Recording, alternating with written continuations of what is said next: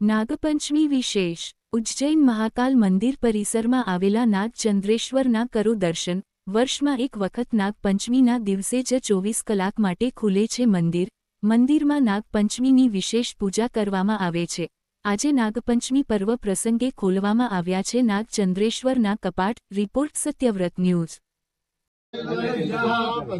गुरुद्रो अजायत चंद्रमा मनसो जात शिशो सूर्यो अजायत श्रोत्रध्वज सुतान संघात निरजायत नाभ्या आजे दंडरिक तपसा धूमिनतो पुराः स्माद्रिनाकमहुतानं प्रहलाद्यम् सांसगे वायव्यारण्याग्राम्याश्चरे तस्मात्